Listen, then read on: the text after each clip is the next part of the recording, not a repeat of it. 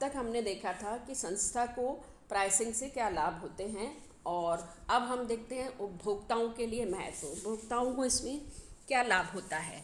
उपभोक्ता क्योंकि इम्पोर्टेंट हमारा केंद्र बिंदु है, तो मूल्य निर्धारण का और उपभोक्ताओं के मूल्य का दोनों का एक गहरा एक संबंध होता है। इससे उत्पाद के खरीदने या ना खरीदने का निर्णय भी बहुत बड़ी सीमा तक मूल्य से प्रभावित होता है। तो उपभोक्ताओं के लिए क्या महत्व है। सबसे पहला इसमें आएगा उचित मूल्य। उचित नीति एवं व्यूह रचना के अपनाने से उपभोक्ताओं को उचित उत्पाद मिलता है, उचित मूल्य पर उचित उत्पाद उपलब्ध हो सकता है। नेक्स्ट पॉइंट है मूल्यों में स्थिरता। उचित मूल्य नीति व्यूह रचना से उपभोक्ताओं को के मूल्यों में अधिक उतार चढ़ाव का सामना नहीं करना पड़ता है।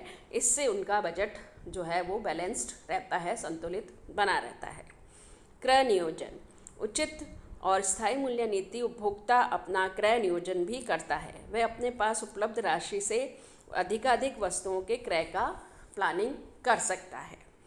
तुलना में सुविधा। मूल्य उपभोक्ताओं की तुलना करने में सुविधा प्रदान करते हैं। मूल्यों के आधार पर विभिन्न ब्रांड के वैकल्पिक उत्पादों की आसानी से तुलना की जा सकती है, जिसमें प्राइस या मूल्य जो है वो इम्पॉर्टेंट अपना प्रभाव दिखाता है। नेक्स्ट लास्ट जो हम उपभोक्ताओं के लिए महत्व है वो है उपयोगिता या किस्म का अनुमान। सामान्य उपभोक्ता मूल्य के आधार पर उत्पाद या सेवा की उपयोगिता या किस्म का अनुमान लगाते हैं। सामान्यतः अधिक मूल्य की दशा में ये माना जाता है कि उत्पाद सेवा की किस्म हाई क्वालिटी की होगी, जबकि कम मूल्य के उत्पाद में सेवा की दशा में विपरीत धारणा पाई जाती है। कई बार ठीक ऐसा भी होता है। तो इस दशा में उपभोक्ता को निर्णय करने में ये सुविधा होती है कि वो किस किस्म का उत्पाद या सेवा क्रय करते हैं। थर्ड हम इसमें देखते हैं कि हमारी इकोनॉमी को इससे क्या लाभ है या महत्व है। तो मूल्य अर्थव्यवस्था को किस तरह से प्रभावित करता है। अर्थव्यवस्था का नियमन। मूल्य अर्थव्यवस्था का नियमन करता है। इसी से संपूर्ण अर्थव्यवस्था में उत्पादन, वितरण, राजस्व एवं राष्ट्रीय आयाति का निर्धारण होता है। यह देश के संसाधनों का समुचित वितरण करता है। नेक्स्ट इसी में अगर हम आगे चलें तो देखते हैं संसाधनों का मूल्य निर्धारण। उत्पादन के प्रमुख संसाधन हैं भूमि, श्रम, साहस, पूंजी। इनका पारिश्रमिक या प्रतिफल मूल्य स्तर से ही प्रभावित होते हैं। नेक्स्ट इसी में आता है संसाधनों एवं अर्थव्यवस्था का विकास। मूल्य स्तर संसाधनों भूमि, श्रम, साहस, पूंजी आदि को आकर्षित करता है, इनकी उपलब्धि को भी निर्धारित करता है। तो उचित मूल्य इनकी उपलब्धि को बढ़ाता है तथा संपूर्ण अर्थव्यवस्था का विकास करता है। नेक्स्ट हम अर्थव्यवस्था के लिए क्या महत्व है। मुद्रास्फीति पर नियंत्रण किया जा सकता है। मूल्य स्तर मुद्रास्फीति को काफ़ी प्रभावित करता है, अतः मूल्य स्तर पर नियंत्रण करके मुद्रास्फीति को नियंत्रित किया जा सकता है। राजस्व की प्राप्ति। मूल्य राजस्व की प्राप्ति एक इम्पॉर्टेंट सोर्स है अर्थव्यवस्था के लिए। उत्पादन शुल्क, आबकारी शुल्क, विक्रय कर, मनोरंजन कर आदि उत्पादों का सेवाओं पर जो भी लगाए जाते हैं, इससे सरकार को राजस्व प्राप्त होता है और इनका स्तर राज्य स्तर के लिए प्रभावित किया जा सकता है। प्राइसिंग के ये जो इम्पोर्टेंस है, इसके बाद हम देखते हैं क्या मूल्य निर्धारण करना जरूरी है, क्या मूल्य निर्धारण के लक्ष्य हो सकते हैं, मूल्य निर्धारण के उद्देश्य क्या हो सकते हैं। स्टैंटन और उसके जो को-ऑथर्स हैं उन्होंने ये कहा है कि प्रत्येक विपणन कार्य जिनमें मूल्य निर्धारण भी सम्मिलित है किसी भी लक्ष्य को निर्देशित किया जा सकता है। कोई भी कार्य निरुद्देश्य नहीं किया जा सकता है, अतः मूल्य निर्धारण कार्य किन्हीं उद्देश्यों से प्रेरित होकर करना चाहिए। मूल्य निर्धारण के उद्देश्यों को हमने 3 भागों में डिवाइड किया है। लाभ प्रधान उद्देश्य, विक्रय प्रधान उद्देश्य, यथावत स्थिति उद्देश्य। सबसे पहले हम इसमें लाभ प्रधान उद्देश्य जो है वो देखते हैं, प्रॉफिट ओरिएंटेड ऑब्जेक्टिव्स। पहला जो कि सभी संस्थाओं के जरूरी है, तो फर्स्ट पॉइंट इसमें आता है अधिकतम लाभ अर्जित करना। मूल्य निर्धारण अधिकतम लाभ अर्जित करना हो सकता है। यह उद्देश्य प्राचीनतम उद्देश्य है। अधिकतम लाभ कमाने के लिए ही मूल्य इस प्रकार निर्धारित करना पड़ता है जिससे कि सीमांत लागत सीमांत आय के बराबर हो जाए। MC=MR।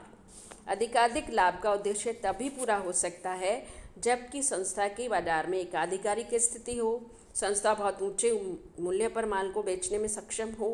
किंतु कई विद्वान इस उद्देश्य को उचित नहीं मानते क्योंकि ऐसा उद्देश्य सामाजिक दायित्व की अवधारणा के विरुद्ध है।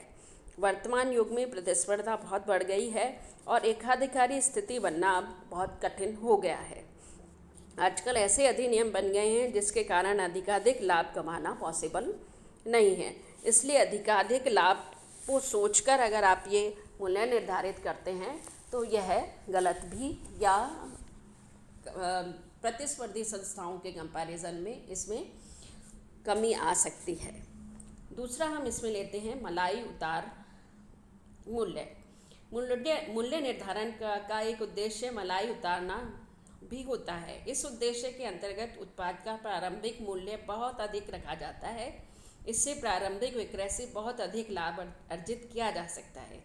यही मलाई उतार मूल्य कहलाता है। कुछ समय बाद में इस उत्पाद के प्रतिस्पर्धी या स्थानापन्न उत्पाद बाजार में आ जाते हैं तो उसका मूल्य उसके अकॉर्डिंग ही घटा दिया जाता है। मूल्य निर्धारण का उद्देश्य तभी पूरा होता है जबकि उत्पाद बिल्कुल नया हो और उसके स्थानापन्न या प्रतिस्पर्धी उत्पाद उपलब्ध नहीं हो। नेक्स्ट पॉइंट आता है विक्रय पर लक्षित लाभ को प्राप्त करना। मूल्य निर्धारण का उद्देश्य विक्रय पर पूर्व निर्धारित लाभ लक्ष्य को प्राप्त करना भी हो सकता है। यह लाभ की विक्रय राशि की निश्चित राशि की निश्चित प्रतिशत या प्रति इकाई हो सकता है। फॉर एग्जाम्पल विक्रय पर 20% लाभ या 20 रुपीज़ प्रति इकाई लाभ को अर्जित करने का एक लक्ष्य निर्धारित किया जा सकता है। तो इस तरह से यह विक्रय लक्षित लाभ को हम प्राप्त कर सकते हैं। नेक्स्ट इसमें आता है विनियोग पर लक्षित लाभ को प्राप्त करना। विक्रय पर लाभ लक्ष्य की तरह विनियोग पर लाभ लक्ष्य निर्धारित किया जा सकता है। यह संस्था में कुल विनियोग की गई राशि निश्चित प्रतिशत के रूप में हो सकता है। फॉर एग्जाम्पल कुल विनियोग की गई राशि का 20% लाभ अर्जित करने का लक्ष्य है तो ऐसी नीति केवल उद्योगों की शीर्षस्थ जो संस्थाएं हैं वो उन संस्थाओं के द्वारा लागू किया जाता है। नेक्स्ट पॉइंट है उचित लाभ अर्जित करना। Earning reasonable profits. कुछ संस्थाएं उचित लाभ अर्जित करने की नीति भी अपनाती है। ऐसी संस्थाएं अपनी प्रतिस्पर्धी संस्था के मूल्यों और अपनी लागतों को ध्यान में रखकर ऐसा मूल्य निर्धारित करती हैं जिससे उचित संतोषजनक लाभ कमाया जा सके। इसी में हम लास्ट पॉइंट लेंगे हानि को न्यूनीकरण करना। कभी कभी संस्था भयंकर प्रतिस्पर्धी की स्थिति में आ जाती है। ऐसी स्थिति में संस्था के लिए लाभ कमाना कठिन हो जाता है। ऐसे में मूल्य निर्धारण का उद्देश्य लाभ कमाने की बजाय हानि को कम से कम करना भी हो जाता है। तो ये अभी हमने देखे कि मूल्य निर्धारण के उद्देश्य में लाभ प्रधान उद्देश्य क्या है।